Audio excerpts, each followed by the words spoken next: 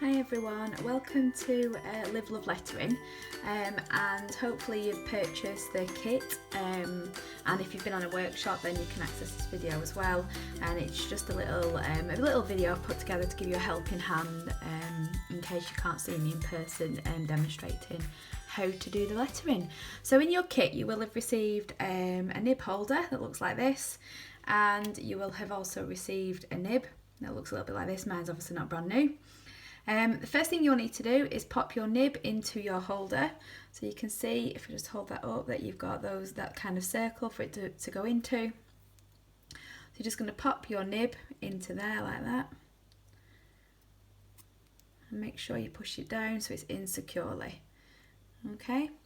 Now what often happens is these nibs, they come with a residue on. And if you don't take that residue off, then it will make your lettering really difficult. So you do need to get rid of that. Now the quickest way I find is to burn it off. So I just generally use a match or a hob and you're just going to run it under a flame very carefully just to burn off that residue. Now there are other ways that you can do this if you don't want to use a match or your cooker. If you just pop it into Google, you'll find lots of other methods, but this for me is just the quickest way. And obviously give that a minute to cool down. Okay. And that should then be ready to begin your lettering. Okay, so in your kit you will have received a pot of black Indian ink, and obviously you've received a workbook that looks very similar to this.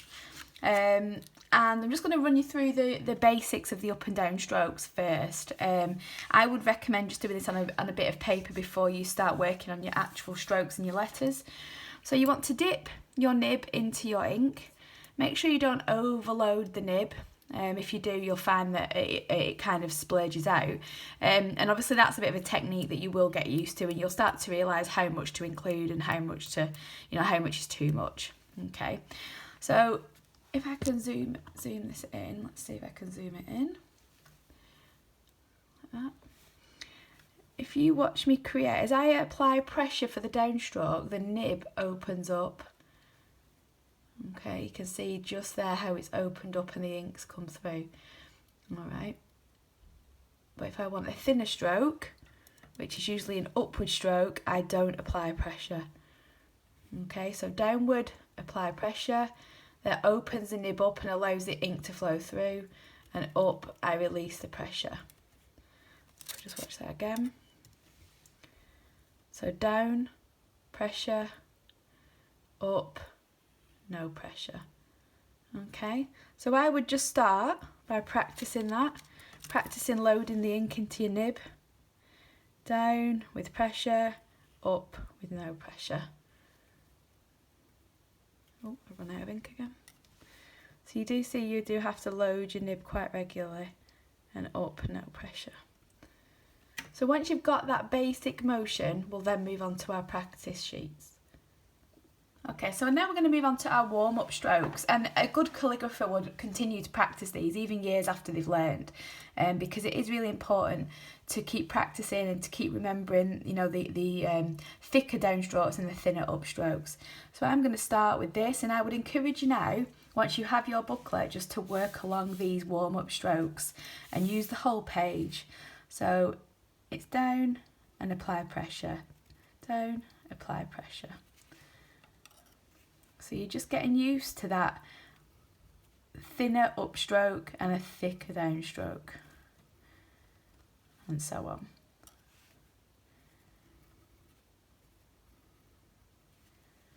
And then coming down to this one. So this is the opposite direction, so it's thicker, downward stroke first, a little bit like earlier, and up. So down and up. Down, pressure, release pressure. So calligraphy is really all about how much pressure you put on the nib. Pressure on, pressure off. Pressure on, pressure off. Pressure on. Pressure off. So again, I would practice all the way along until you get the feel for that kind of thicker downstroke, thinner upstroke. And then just keep working through your strokes. So you can see this one, I'm trying to create an L or a bit more of a loop. So I'm going upwards first, so it will be a thin stroke and it will be obviously less pressure. So up, and then as I come up and around, more pressure and down, and then release again. Up, pressure down, release. So it's really important that you get the basics of the strokes right first before you then try and attempt to create some words.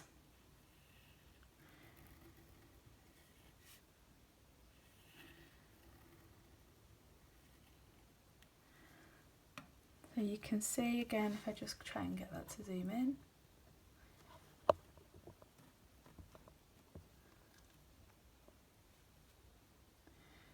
No pressure. As I go up, downward pressure to create that thicker stroke.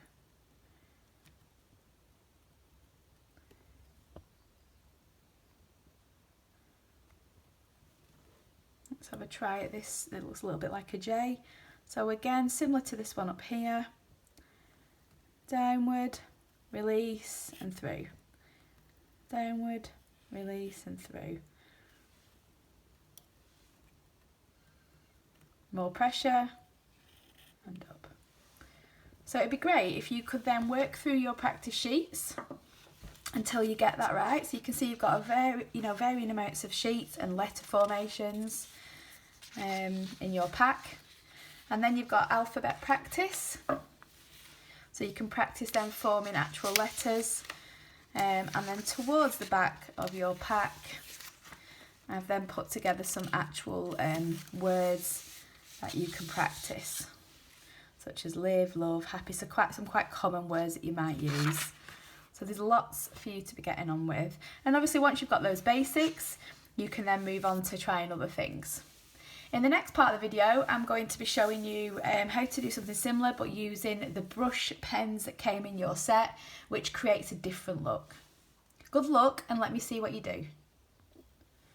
So we're going to move on to brush lettering, which is still used in modern calligraphy, and it's still used in the concept of a thicker downstroke and a thinner upstroke. But obviously we're using more like a felt tip pen, okay? So in your pack, I have provided you with 2 different pens. Now I've gone for budget pens because I figured if once you've got used to it, you can then spend more money on getting a better set of pens. But Crayola work quite well, and you can pick them up from supermarkets and they're relatively cheap. So I just felt like they were a good starter pen for you to apply the principles of brush lettering. And then once you're happy with your strokes and with your formation, you can then obviously buy some more or some different and some better quality brush pens. So to start with, we're going to use the Crayola Super Tip. Okay. And we are going to use the same methods as earlier, which is basically more pressure going down and less pressure going up. However, it is important that you learn to use your pen correctly. So you basically are almost using it on the side. So you're going to be holding the felt pen or the brush pen almost to the side. Okay, so you're going to use the tip to go up and then the side to come down, and then use the tip again, like so. So use the tip, come down, up. So again, it's all about that pressure and the way that you hold your pen. And I would say brush lettering is a little bit trickier, to be honest. So use the tip and then the side and then the tip, and then I'm going to come down again.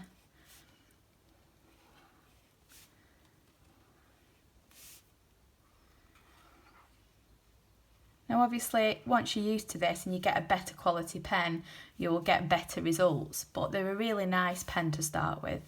So you could even try, if you preferred, because at the back of your pack you will have lots of blank sheets for you to practice on. So if you wanted, you could try some simple strokes like you did earlier. So upwards and then just down, upwards, just to again warm up strokes to get used to using the pen, like so. I think we tried a J, didn't we? So thin, less pressure, more pressure to the side and up. Okay, and that's your brush lettering. So that's using the Crayola Super Tip. Again, I think they're about £4 for 24. In fact, they might be a bit more expensive, than these ones, which we're going to use next. If you're a mum, you'll definitely recognise these ones because yeah, I think every child has a set of these at some point. So on the top of your worksheet, it does tell you which ones to have a go with, and obviously my example is also done using that pen. So the Crayola Super Tip is the thinner pen, but we're now going to have a look at using the washable marker, which is this one. Okay, so again, these have been done with the same pen. I haven't used anything different. I've used the Crayola washable marker, and again, they've got a pointy nib. So we're going to use the point to create the upstrokes, and we're going to use the side to create the downstrokes. So up and then to the side, up and to the side. I actually prefer these to the first pen that I used. They just seem to give a slightly neater result. So you're going to go up, down, up. So again, it's all about that pressure. So use the point and apply the pressure lightly, more pressure to the side and up like that. Again, you could try those simple strokes from earlier just to warm you up.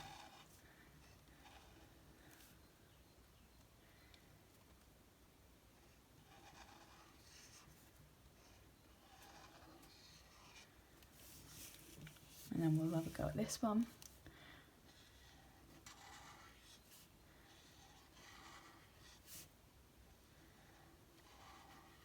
So as I come down when I'm brush lettering, I actually change the way that I use the pen. So I use the tip to do my upstroke, and then I almost kind of switch to the side to do my downstroke, which creates that thicker movement as well, and I apply a little bit more pressure. Okay. So guys, at the end of your book, you've also got some more words that you can then practice. So a bit like earlier on, so you can start to form some of these letters into actual words, again using the Crayola pens. And then obviously at the back of your work booklet, you should have plenty of blank sheets that look like this. So again, you can use the lines to create the size of your letters and the letter formation. And you know, these are photocopyable, so you can use them again and again. And once you've got the basics, you can then start to create your own cards and prints and so on. It would be absolutely fabulous if I could see some of your work. So please, if you do any of this, you know, tag me on social media.